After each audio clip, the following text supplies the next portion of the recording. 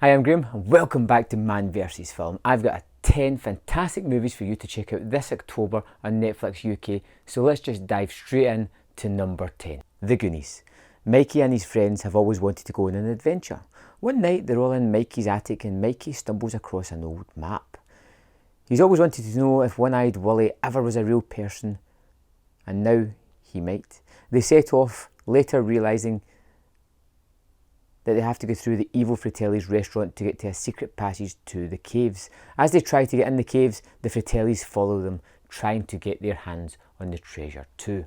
Goonies is just one of those timeless classics for me. I love it. I love all the characters, and it's a world that I just think is fantastic. It's every kid's dream. When I watched it as a child, I loved it. When I watch it now, I'm transported back to that time where I used to fantasise about being part of the Goonies, going on this wicked adventure, running away from the Fratellis and their evil opera singing son who just is crazy. Terrific movie, fantastic, probably one everybody's seen before. It's always time for a classic though, isn't there? Number 9, The Terminator.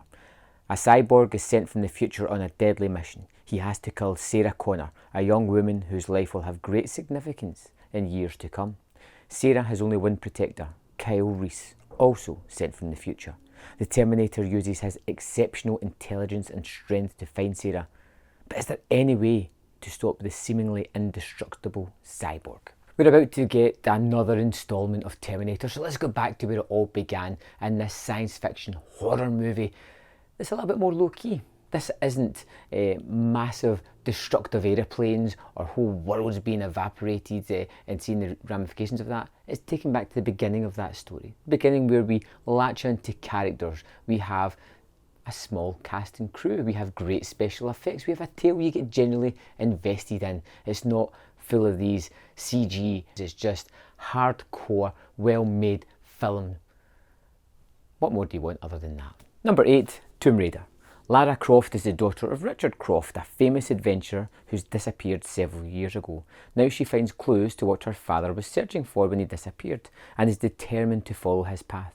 She heads to East Asia where an adventure and danger await.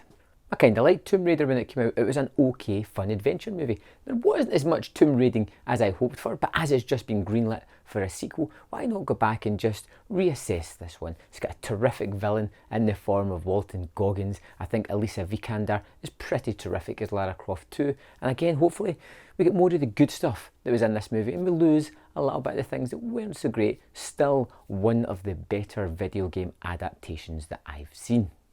Number 7, The Raid. A SWAT team is sent on a mission to capture a crime lord in his high-rise apartment. However, the team's cover is blown and the crime lord, whose name is Tama, offers every single thug in the apartment a huge prize in exchange for the cops' heads.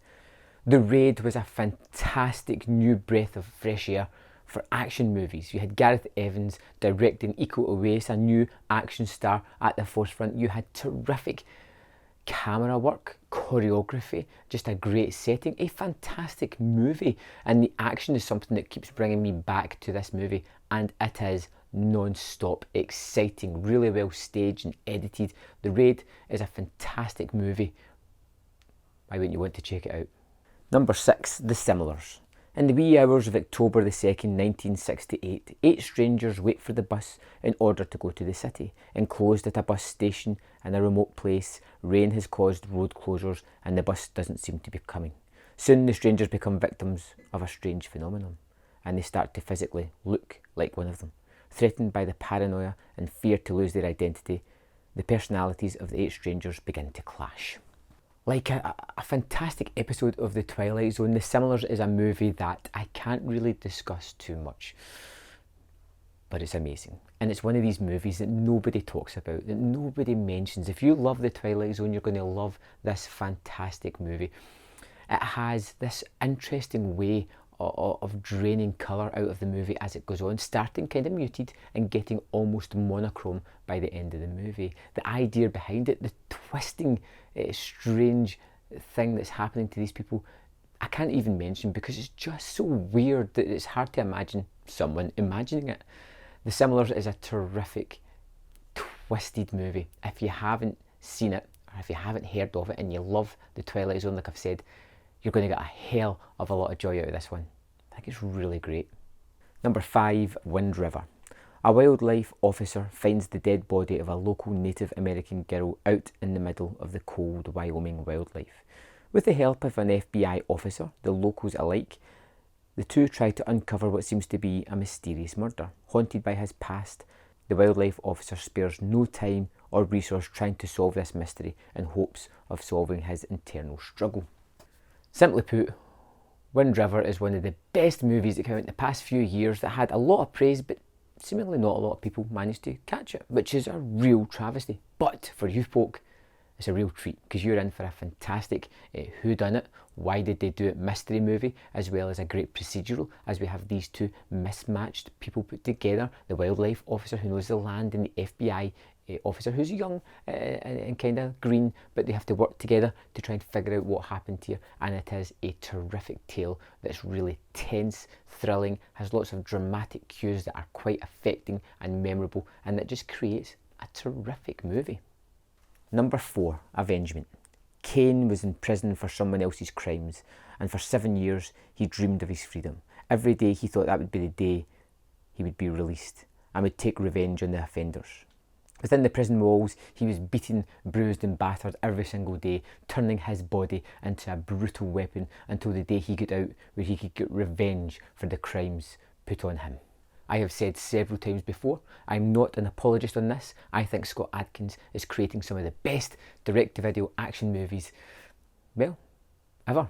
And I think this one, Avengement, is one of his better movies. It's got a great kind of story, nice the way it's edited. The fight scenes are really brutal and different and just entertaining. It's a nice, neat little story. It's not something that's going to last too long with you, but you'll have a great time while you're watching it, and sometimes, just sometimes, that's enough to save a movie. Avengement, I think, is just really fun if you're wanting your direct-to-video action fix. Here it is. Number 3, Anaconda. A documentary crew heads down the Amazon in a jungle boat to make a documentary on a long-lost tribe of natives. En route, they rescue a hunter from a sinking boat and take him aboard. After the ship's captain is attacked by a poisonous insect and goes comatose, the hunter commandeers the boat, takes the crew hostage and drags them along on his insane quest to capture a giant anaconda. I have a real soft spot for this movie, as well as having a terrific cast. It has one of the best performances I could ever imagine in a movie. A villain so scenery chewing that is just downright delicious and fantastic to watch. Jon Voight is that rescued hunter, and he just makes this movie perfect in my eyes. The CG hasn't lasted too great, and the animatronic anaconda's okay in parts, but my goodness, if Jon Voight isn't just chewing on that scenery and just being that maniacal, evil, over-the-top villain, it's so much fun. Number 2, Happy Death Day. After a night of hard partying and heavy drinking, the self-centred college student and sorority sister Tree wakes up the morning of her birthday with a serious hangover in the dorm of a guy she can't recall. As Tree goes about her day, little does she know that everything that happens now or will occur during the course of the day is a twisted deja vu of reality that repeats itself again and again. You've got to wonder why it took until now till somebody made a horror version of Groundhog's Day, and it shouldn't have been as good as it was. For those that like slashers but don't like the blood, this is going to deliver for you, because you never really get that final kill shot. As she suddenly dies, she wakes up to relive that day again, trying to figure out who is the masked person that's trying to kill her. It is incredibly fun, and that's just all you need sometimes. I'm a big horror fan. I feel this is one of the best surprises that I had in recent years. Something that looked as if it was kind of uninspired and uninteresting became a fantastic movie that I've watched quite a few times since then. Number 1, The Man Who Killed Hitler and Then the Bigfoot. Calvin Barr, an old bitter recluse who was once a legendary assassin for the US government and whose task to kill Hitler almost changed the course of World War II, is asked to come back from retirement for one final top secret mission: to track down and eliminate a Bigfoot that became infected with a deadly disease. When a movie has a title like this, The Man Who Killed Hitler and Then the Bigfoot, it kind of gives you an idea of what it's like, and you're wrong. I mean, technically he does kill Hitler, and then later the Bigfoot, but it's more about a character study. It's more a study of this character, of how his life hasn't gone the route that it's wanted, how he has taken country over himself, and how things have never quite panned out the way he wanted them to, how he lost loves, how he became a kind of recluse because he felt sidelined by his choices. And that's the interesting part about this. Now, it does have some fun moments when he kills both Hitler and the Bigfoot, but it's different to the kind of genre bending movie I thought it was going to be, but it became far more rewarding and much more fun. I think this is a terrific movie, one that you may bypass because you go, it's a silly title, it's not for me, but it's more than just that kind of strange title. I think you should give it a shot, give it a try, see if you like it.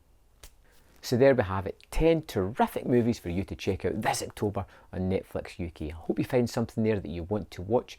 If you feel that I've missed something off my list, let me know in the comment box, or just any thoughts about this list at all, and I'll get back to you. And I'll see you next time on Man vs Film.